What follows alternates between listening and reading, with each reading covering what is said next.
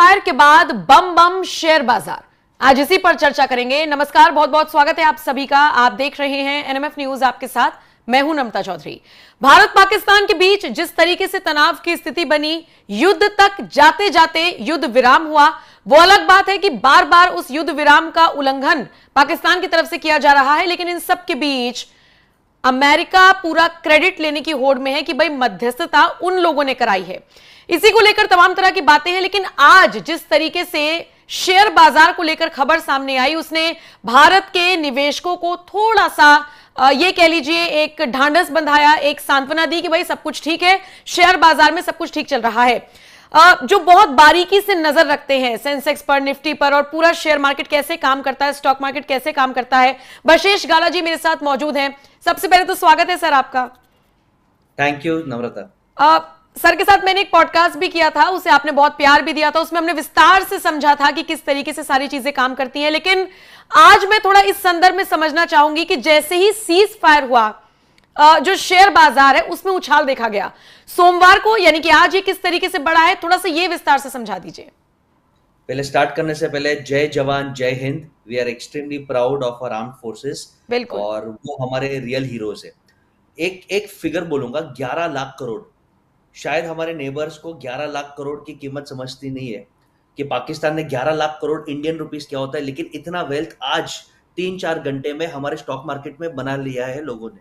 11 लाख करोड़, अगर आप समझते हैं 11 लाख करोड़ यानी 2.5% हमारा स्टॉक मार्केट बढ़ा है। मैं कंपैरिजन देता हूँ, मुंबई शहर जितना जीडीपी करता है, एस्टिमेटेड है, वो पाकिस्तान के जीडीपी से ज्यादा है। यानी पूरा देश पाकिस्तान जितना करता है उतना खाली मुंबई शहर करता है। और अगर मैं खाली अपना एक स्टॉक ले लूं, मोटा भाई का, रिलायंस का, तो रिलायंस कंपनी की जो नेटवर्थ है, मार्केट कैप जिसे कहते हैं, वो मार्केट कैप पाकिस्तान के जीडीपी से ज्यादा है। यानी आप समझ सकते हैं, हमारा टाटा ग्रुप है, हमारा रिलायंस है, हमारा इन्फोसिस है, हमारा टीसीएस है, ये टॉप 4 पाकिस्तान को 3 बार 4 बार खरीद सकते हैं। यानी हमारा कंपैरिजन पाकिस्तान से है ही नहीं। तो ये वॉर हम कभी भी बोलते हैं ना कि भाई कीचड़ में पत्थर मारोगे तो ज्यादा चींटे अपने पे उड़ेंगी। तो इन्वेस्टर्स को, दुनिया को, इंडियन के स्टॉक मार्केट वाले को ये लगता था कि पाकिस्तान तो एक खोखला देश है, उसके साथ लड़के हमें ज्यादा नुकसान हो सकता है, because we have more to loose.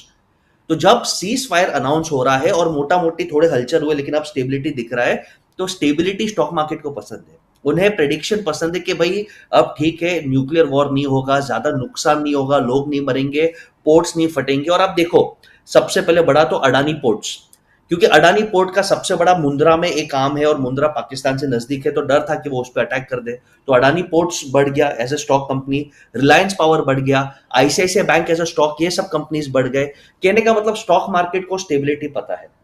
और एक एब्सोल्यूट रियलिटी है कि जितने भी दुनिया की इकोनॉमीज है आज भी रिसेशन में है, भारत एकमात्र ऐसा देश है जो चाइना को टक्कर दे सकता है और जिसमें ग्रोथ है। तो चाइना के ऑल्टरनेटिव दुनिया हमें देख रहा है। और मैं आपको 2 स्टैटिस्टिक्स बोलता हूं कि ये वॉर का टाइमिंग क्यों डेंजरस था। अमेरिका में ट्रंप साहब ने चाइना पे टैरिफ डाल दिए थे, तो एप्पल कंपनी ने बोल दिया था कि हम जितने भी आईफोन्स लेने वाले हैं वो हम इंडिया से, मेड इन इंडिया ही बनाएंगे। तो एप्पल कंपनी ने, चाइना की कंपनी है फॉक्सकॉन, उसको बोला आप इंडिया में सेटअप करो, और टाटा ने ये कॉन्ट्रैक्ट उठा लिया। और इमेजिन करो, इतने एप्पल आईफोन्स अब इंडिया में बनने वाले, ऑलरेडी बन रहे और बनने वाले हैं। ऐसे ही बहुत सारे मैन्युफैक्चरर्स, ब्रांड वाले इंडिया आ रहे थे कि हम यहाँ पे भी एक छोटा सा प्लांट लगाएंगे, चाइना से भी हम माल लेंगे 70-80%, 10-20% इंडिया से लेंगे। तो ये जलसी शायद लोगों को दिखानी, और इसके लिए ये वॉर मैन्युफैक्चर हुआ, ऐसे लोगों को मानना है। और ये वॉर के कारण बहुत सारे इन्वेस्टर्स भाग गए। जितने भी लोग इंडिया में थे, मैन्युफैक्चरिंग का सेटअप कर रहे थे, ये सब भाग गए कि भाई वॉर है तो अभी हमें काम नहीं करना। आप देख लो, हमारा क्रिकेट का फेस्टिवल है आईपीएल भी रुक गया, डिले हो गया, फॉरेन प्लेयर्स चले गए, हमें करोड़ों का नुकसान हुआ, सैटेलाइट राइट्स का, प्लेयर्स के राइट का। तो ये वॉर के कारण इंडिया को जो नुकसान हो रहा था, अब सीज फायर है, स्टेबिलिटी है, शांति दिख रहा है, तो ये वापस आएगा, आईपीएल रिज्यूम होगा, ये मैन्युफैक्चरर्स वापस आएंगे, लोगों को लगेगा ये 5-6 दिन का है। Everyone has a short memory. अब हम सब चिल्ला रहे कि हमको पीओके चाहिए, but everyone has a short memory. जब स्टेबिलिटी होगा, बिजनेस बढ़ेगा। और मुझे लगता है इंडिया को अगर पाकिस्तान को मुंह तोड़ जवाब देना है तो वो बिजनेस के जरिए ही देना चाहिए, कि हम हमारा बिजनेस इतना स्ट्रॉन्ग करें कि हमारा हर भारतीय इतना सुखी हो, गरीबी यहाँ पे निकल जाए, रोटी, कपड़ा, मकान, खुशी, स्पिरिचुअलिटी यहाँ पे इतना बढ़े कि पाकिस्तान ऐसे ही खोखला देश है, बस्ट हो जाएगा।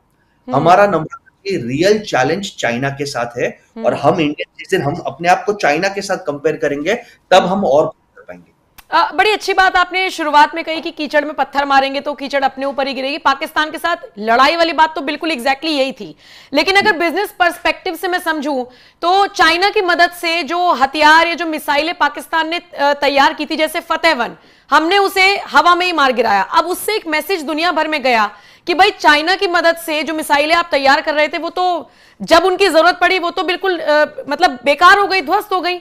उसका असर भारत के लिहाज से कितना पड़ेगा, या भारत के अलावा इजराइल हो गया, या इनका मार्केट किस तरीके से बढ़ेगा? चाइना को भी तो नुकसान हुआ होगा ना, एक मैसेज तो गया ये दुनिया में। चाइना को बहुत बड़ा नुकसान हुआ है। मैं आपको बोलता हूं, चाइना इतना भड़का हुआ है। चाइना चाहता है कि उनका डिफेंस एक्सपोर्ट्स हो, और पूरे दुनिया में आज उनका डिफेंस एक्सपोर्ट सिर्फ 6% है नम्रता जी। आज भी यूएसए, लॉकहीड मार्टिन, ये जो कंपनीज है, यूएसए नंबर 1 है, फ्रांस जहां हमें रफाइल मिलता है, रशिया है, इजराइल है, ये मेजोरिटी डोमिनेट करता है। एंड लकीली इंडिया में भी अब डिफेंस, हम मेड इन इंडिया डिफेंस को बहुत इंपॉर्टेंस दे रहे हैं। आप HAL को देखो, ब्रह्मोस मिसाइल जो पाकिस्तान के जिसने धज्जे उड़ाए, that is made in India. Tejas aircraft हम लोग बना रहे हैं, हम लोग डिलेड है बट हम उसको मेक इन इंडिया कराना ट्राई कर रहे हैं। और हमारे जो ये तेजस एयरक्राफ्ट है, ये जो ब्रह्मोस मिसाइल है, हम ये भी एक्सपोर्ट कर रहे हैं।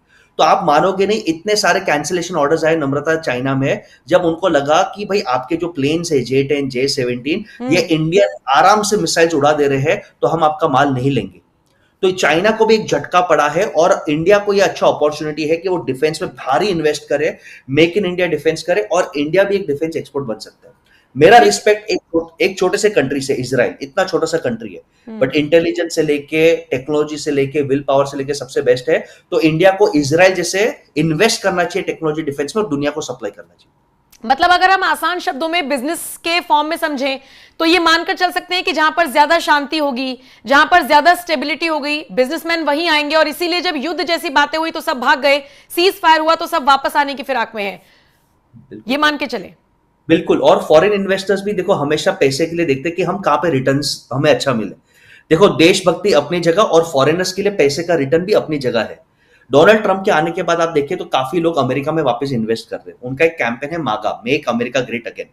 लेकिन अमेरिका के साथ साथ उन्हें और इन्वेस्ट करना है, तो वो इंडिया पे यकीन रखते हैं, क्योंकि इंडिया में ठीक ठाक पॉलिटिकल स्टेबिलिटी है, बहुत ग्रोथ है, 150 करोड़ का पॉपुलेशन है, यंगस्टर्स है जो क्रेडिट कार्ड पे स्वाइप करते हैं, यानी बहुत कंजम्पशन आना बाकी है। आप देखो 25,000 का नौकरी करने वाला लड़का भी आईफोन लेता है, यानी वो एस्पिरेशंस इंडिया वाले में है। 10 लाख 20 लाख की गाड़ी ले रहा है। तो ये फॉरेन फंड्स भी आना चाहते हैं अगर स्टेबिलिटी, अगर न्यूक्लियर वॉर हो गया। आप इमेजिन करो, न्यूक्लियर वॉर में जो ऑलरेडी भिखारी है उसको कुछ हारना नहीं, उसको तो एक बटन ही दबाना है, बट हमारे लिए बहुत कुछ हारने के लिए है। तो ये स्टेबिलिटी बहुत अच्छा है। फॉरेन इन्वेस्टर्स भी आएंगे, फॉरेन मैन्युफैक्चरर्स भी आएंगे, और मेक इन इंडिया में डिफेंस भी बढ़ेगा। तो मेरे हिसाब से आज आप जो स्टॉक मार्केट में देख रहे हैं वो टेम्पररी रिएक्शन है, बट ये स्टेबिलिटी हैप्पीनेस है। Investors want stability, business also want stability. Okay, मोटा भाई कितना भी बोलते, लेकिन उनको झटका तो पड़ा। जियो हॉटस्टार पे IPL कैंसिल हो गया, उनके पावर का स्टॉक हिल रहा है, he lost a lot of money. Stability हुआ तो रिलायंस पावर का शेयर्स बढ़ गया, सेम विद अडानी। राइट। अच्छा, रिलायंस, टाटा, इन सब का तो जिक्र हम कर रहे हैं, और कौन कौन से ऐसे कंपनीज है जिनके शेयर्स बढ़े हैं, अगर आप बता सकें? यस, आज जो शेयर्स बढ़े हैं वो काफी इमोशनल रिएक्शन है। फर्स्ट क्राई जैसा, फर्स्ट क्राई के शेयर्स भी बढ़ गए। अभी फर्स्ट क्राई तो बच्चों का कपड़ा बनाता है, हाँ। पर उसके भी शेयर्स बढ़ गए। क्यों? कि भाई शांति से लोग प्यार मोहब्बत करके बच्चे करें, ये लॉजिक है। आप समझो कितना फनी लॉजिक है। बट ICICI बैंक, अब बैंकिंग, आप देखो कि बैंकिंग लोग हिले हुए थे कि अगर वॉर होता है तो बिजनेसमैन जो लोन ले रहे हैं वो लोन चुका नहीं पाएंगे, जॉब्स कट होंगे, टैक्सेशन कट होगा। तो बैंकिंग सेक्टर पूरा हिल गया था, बैंकिंग सेक्टर उठ गया, पावर सेक्टर हिल गया था, पावर उठ गया। और मुझे लगता है देश के फ्यूचर में अगर किसी को भी इन्वेस्ट करना है, मैं ऑथराइज्ड एडवाइजर नहीं हूं, बट मैं एक बोलता हूं कि आप सेंसेक्स और निफ्टी, सेंसेक्स यानी देश के टॉप 30 स्टॉक्स, निफ्टी यानी देश के टॉप 50 स्टॉक्स, ये इंडेक्स है, इंडिया के ग्रोथ स्टोरी में इन्वेस्ट करिए। बहुत पैसा है इंडिया के ग्रोथ में, इंडिया सतयुग बनने वाला है। और खास करके गोल्ड, सिल्वर, डिफेंस स्टॉक्स, इसमें भर भर के पैसे डालिए। सिर्फ आज एक इंडस्ट्री है जो पिटा है, और वो है फार्मा इंडस्ट्री। और ये नॉलेज रखना नम्रता बहुत जरूरी है। फार्मा इंडस्ट्री इसके लिए पिटा है क्योंकि फार्मा इंडस्ट्री इंडिया का वर्ल्ड के लिए मैन्युफैक्चर करता है। वैक्सीन्स बोलो, मेडिसिन बोलो, हम इंडिया में मैन्युफैक्चर करते हैं और यूएसए में देते हैं। और यूएसए में डोनाल्ड ट्रंप ने स्ट्रेट अवे बोल दिया कि मैं 80% प्राइस काट दूंगा। तो हम आज भी यूएसए पे डिपेंडेंट है, ये हार्श रियलिटी है। तो इंडिया को हमें इतना स्ट्रॉन्ग करना है, हम सब यूथ को, बिजनेसमैन को, कि यूएसए नहीं तो अफ्रीका, अफ्रीका नहीं तो ऑस्ट्रेलिया, ऑस्ट्रेलिया नहीं तो इंडिया में भी हमारा कंजम्पशन बढ़े, तो हमारा स्टॉक मार्केट और बढ़ेगा। और इसके अलावा ये सेंसेक्स कैसे बढ़ता है, निफ्टी कैसे काम करता है, या ये सारी चीजें क्या होती हैं, ये मैंने सर के साथ एक बहुत स्पेशल पॉडकास्ट किया था, वो आप हमारे पेज पर जाकर भी देख सकते हैं। फिलहाल के लिए इस वीडियो में इतना ही। बहुत बहुत शुक्रिया सर तमाम जानकारी देने के लिए। आगे भी आपके साथ जुड़ते रहेंगे, बातचीत करते रहेंगे। फिलहाल इस वीडियो पर आपका क्या कुछ कहना है, अपनी राय हमें कमेंट कर जरूर बताइएगा। नमस्कार।